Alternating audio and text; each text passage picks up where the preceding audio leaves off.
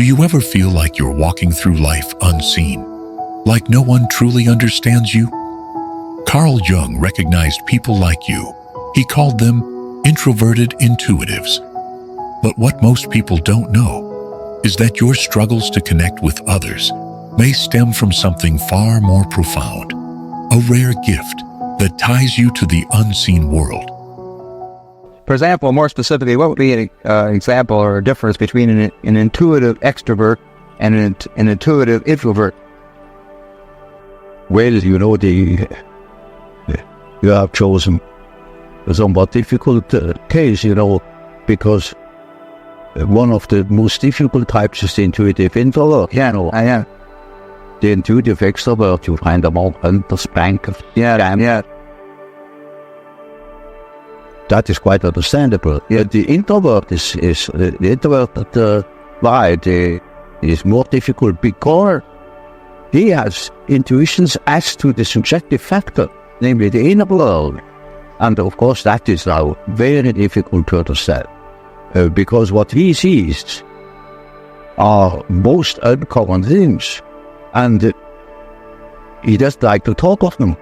Yeah. If he's not a fool, because he would spoil his own game by telling what he sees, because people won't understand it. Carl Jung, a pioneer in psychology, categorized personality types to explain how we perceive and interact with the world. Among these, he identified introverted intuitives as people who live primarily in the inner world of ideas, symbols, and hunches, those gut feelings that often turn out to be true. So you see, if the introverted intuitive would speak what he really perceives, then back over there with other side, you would be misunderstood. And so they learn to keep things to themselves, and you hardly ever hear them talking of these things. That is a great disadvantage, but it is an enormous advantage in another way. Not to speak of the experience they gather in that respect, but also in human relations. For instance, they come into the presence of somebody they don't know, and suddenly they have inner images. And these inner images give them a more or less complete information about the psychology of the partner. That is, but the case can also happen that they come into the presence of somebody who they don't know at all, not from Adam, and they know an important piece out of the biography of that person, and are not aware of it. For introverted intuitives, the inner world is as vivid as the outer one. Jung believed that these individuals have a unique ability to perceive patterns, foresee possibilities, and connect dots that others miss. This sixth sense often feels like divine guidance, an unseen hand shaping their thoughts and hunches. Types, you see, intuitive types very often do not perceive by their eyes or by their ears. They perceive by intuition. For instance, once it happened that I had a woman patient in the morning at 9 o'clock. And you see, I often smoke my pipe, you saw the smell of tobacco in the room, or a cigar. And so she came and said, "But you begin early." I said, "You call it early at 9 o'clock?" But no, you must have seen somebody at 8 o'clock. I said, "How do you know?" I said, "I've been a man there that have come at 8 o'clock already." Then she said, "Oh, well, I had just a hunch. There must have been a gentleman with you this morning." I said, "How do you know it was a gentleman?" He said, "Oh, well, I just had the impression, the atmosphere, it was just like a gentleman. All the time, the ashtray was under her nose, and there was a half-smoked cigar." But she wouldn't notice it. So you see, the intuitive is the type that doesn't see the stumbling block before his feet. But he is at for 10 miles. But with this gift comes a heavy burden. Introverted intuitives often struggle to connect with others. Their thoughts and insights, so abstract and profound, can feel impossible to explain to the average person. Instead, they choose silence, keeping their revelations to themselves or sharing them only with a select few. So the introverted intuitive has, in a way, a very difficult life, although one of the most interesting lives. Yeah. But it is difficult often to get into the confidence, Yeah, because you say they're afraid that people will think they're sick. The things that are interesting to them or are vital to them are utterly strange to the ordinary individual. But the psychologist should know of such things, you see. When people make psychology as a psychologist what to do, well, the very first question is he extrovert or is he introvert? Yeah. If we look at entirely different things, is he a sensation type? Is he an intuitive type? Is he thinking? Is he feeling? Because you see, these things are complicated, that they are still more complicated because the introverted thinker, for instance, is compensated by extroverted feeling or by inferior extroverted, archaic extroverted feeling.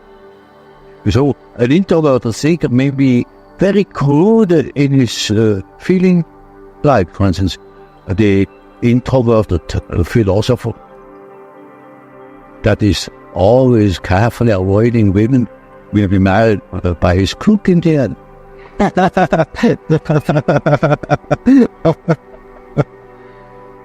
What if this disconnect from the material world is a sign of something deeper?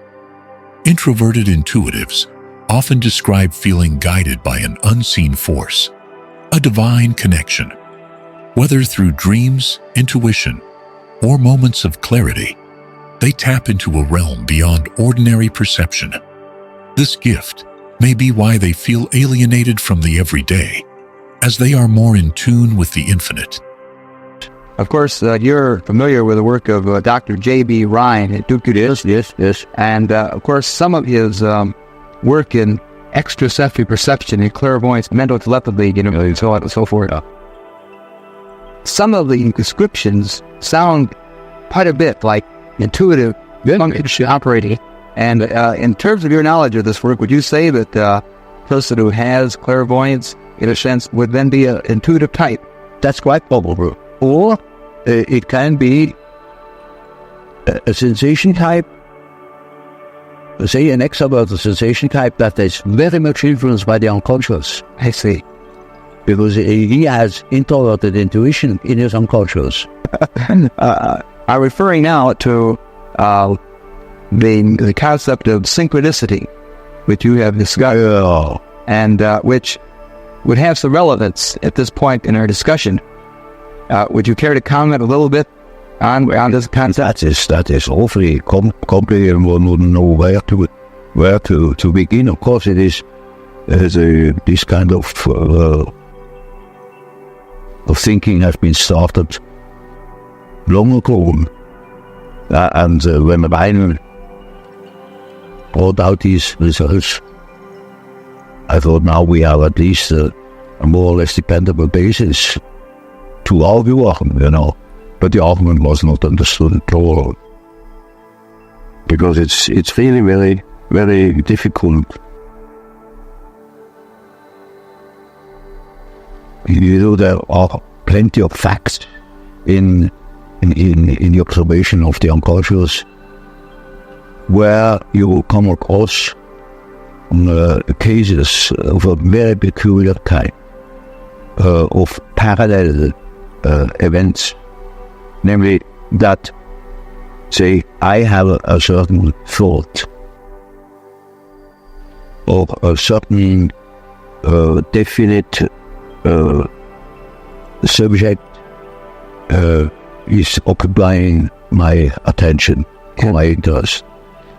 At the same time, something else, quite independently, happens that portrays just that thought. Now, this is utter nonsense, looked at from a causal point of view. That it is not nonsense is made evident by the results of Weil's experiments. There is a probability, it is something more than chance, that such a case occurs. Now, I never made statistical experiments except one in the way of I, for another purpose.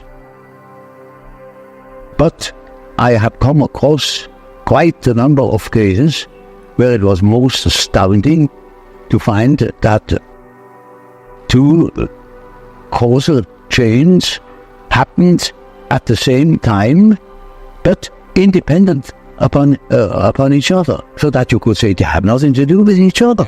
Of course, it's quite clear. For instance, just so I speak of a red car, and at that moment a red car comes here.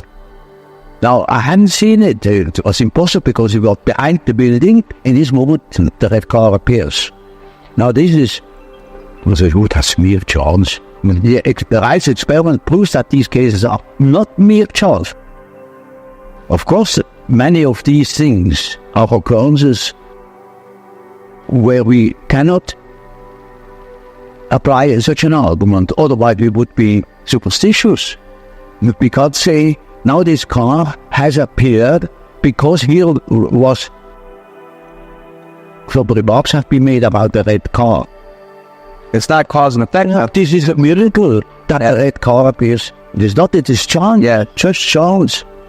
But these chances happening more often than chance allows. And that shows that there is something behind it. Despite the challenges, introverted intuitives have shaped history and continue to do so. Their connection to the unseen allows them to envision breakthroughs, inspire others, and explore the depths of human potential. They are the bridges between the known and the unknown, the physical and the spiritual.